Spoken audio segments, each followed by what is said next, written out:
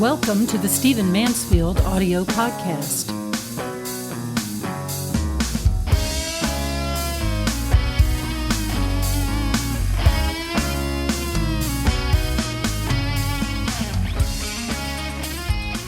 One of my heroes in American history is Booker T. Washington, and this is the week of the anniversary of his birth, April 5th. And I wanted to read to you from my book on Booker T. Washington, Then Darkness Fled, The Liberating Wisdom of Booker T. Washington. Booker's become a rather controversial figure in American history.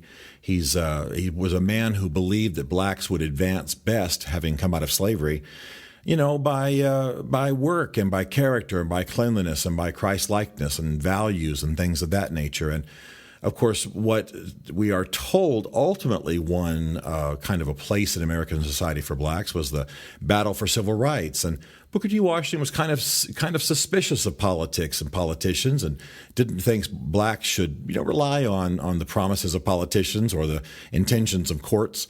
He thought the black man could wed himself to American society, white society, by being productive, by being good at things, by prospering, by having money, by building good, strong communities. And the reality is that both of those perspectives really are true.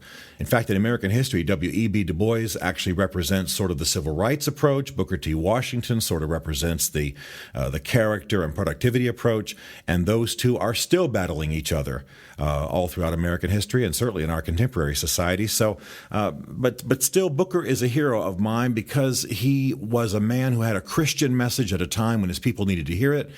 He was, without question, by 1915, the most prominent black man in the world. And he rose from a dirt floor cabin before the American Civil War, again, to be one of the best-known black men and the most famous educators in world history. So I'd like to read you just one little chapter from my book on Booker T. Washington, Then Darkness Fled, a title, by the way, that comes from a speech given about Booker by Dr. Martin Luther King Jr., and it's called The Real, and I think you'll get some sense of what Booker was like and how I perceive him.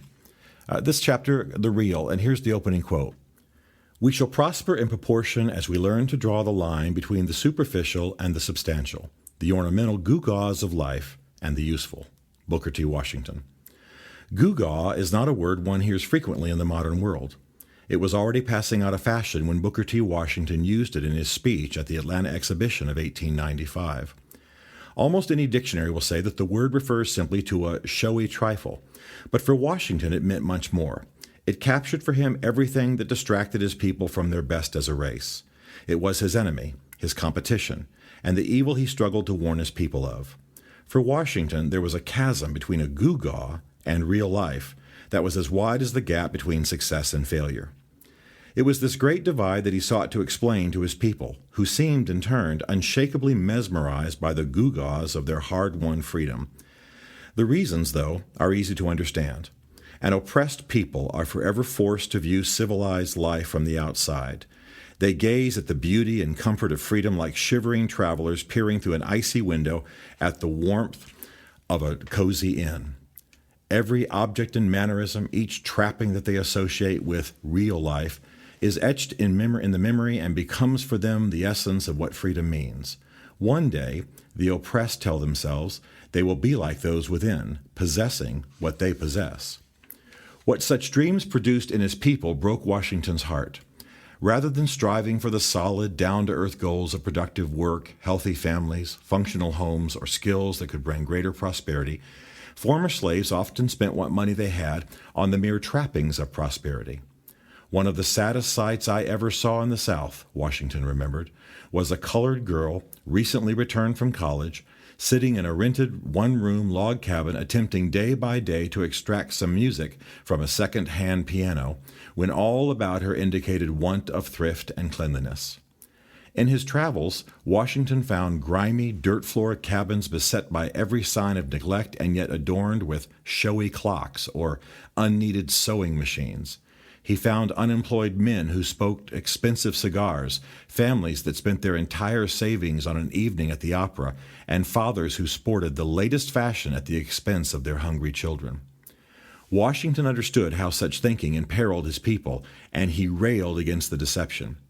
It is with an ignorant race as it is with a child. It craves at first the superficial, the ornamental, the signs of progress rather than the reality. The ignorant race is tempted to jump at one bound to the position that it has required years of hard struggle for others to reach. The language was often offensive, but Washington knew that the stakes were too high for phrasing the matter gently. In their present state, American blacks were unprepared for the exercise of privilege, and this had to change. It was a matter of values.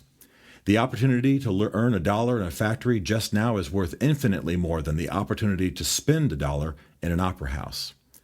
He sought instead to anchor the vision of his people to the solid and the concrete. He hoped to break through the artificial in search of the real, and to take his race with him. It was a distinction that marked him all his life. He did not like Wayland Seminary because the curriculum did not begin on a real, solid foundation. Besides, in Washington, D.C., he found a superficiality about the life of a large class that greatly alarmed me. The foundation of progress for blacks, he was sure, must be in truth and not in pretense. He despised the political aspirations of some of his people because they amounted to artificial forcing rather than the severe and constant struggle that would lift up his race. This focus on the real issues of life rather than the ornamental meant that sacrifices had to be made, and this was hard for a people for whom sacrifice had once been law. The first sacrifice was one of understanding. The symbols of wealth some blacks so admired had come only after necessities were acquired. This had to be understood. The second sacrifice was one of image. Most of the unwise spending among former slaves was designed to make them appear far more than they were. Humility and death to the opinions of others would have to reign if the people would ever prosper. Finally, there was the sacrifice of patience. His people bought fancy clocks before they bought shoes because they were unwilling to wait for the harvest that made pleasure possible. Slavery had made them feel that they had already earned their privileges, and they wanted to wait no longer. Washington taught that this attitude only produced a second and more tragic slavery. Sacrifice and hard work, he assured, was the only road to lasting freedom. Seeing reality clearly and resisting shiny distraction are essential to the work of a leader as they are to the progress of a race. In Washington's time, unblinking focus on the ornamental and artificial threatened decades of poverty and generations of bondage. For some, unfortunately, these threats became reality. For others, Washington's message of the real, of freedom from a trance-like preoccupation with show and image, meant a heritage of productivity and respect that forged a trail of freedom. It is a battle that each generation fights anew, for itself and for those who follow after. So that's a reading of the chapter Real from my book, Then Darkness Fled, The Liberating Wisdom of Booker T. Washington.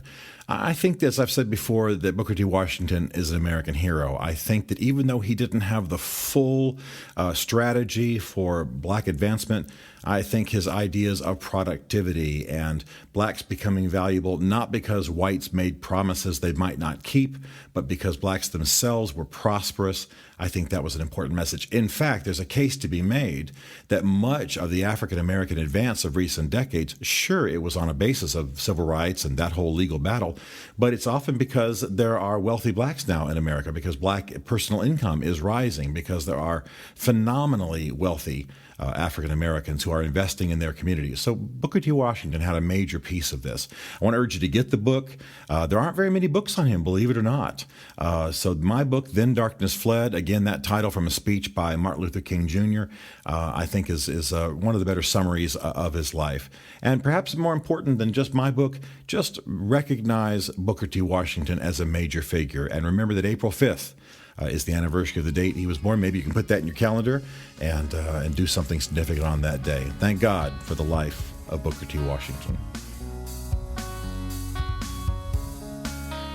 Stephen Mansfield is a New York Times best-selling author, a popular speaker, a frequent faith and culture commentator on CNN, Fox, and Huffington Post. His groundbreaking books on faith and society include The Faith of George W. Bush, The Faith of Barack Obama, The Search for God in Guinness, and Lincoln's Battle with God. You can learn more about Stephen at mansfieldgroup.com and connect with him on Facebook and on Twitter under the name Mansfield Writes. The Stephen Mansfield podcast is produced by Isaac Darnell, who also wrote, performed, and produced the Rockin' and Rollin' podcast theme song. This is a Chartwell Literary Group production.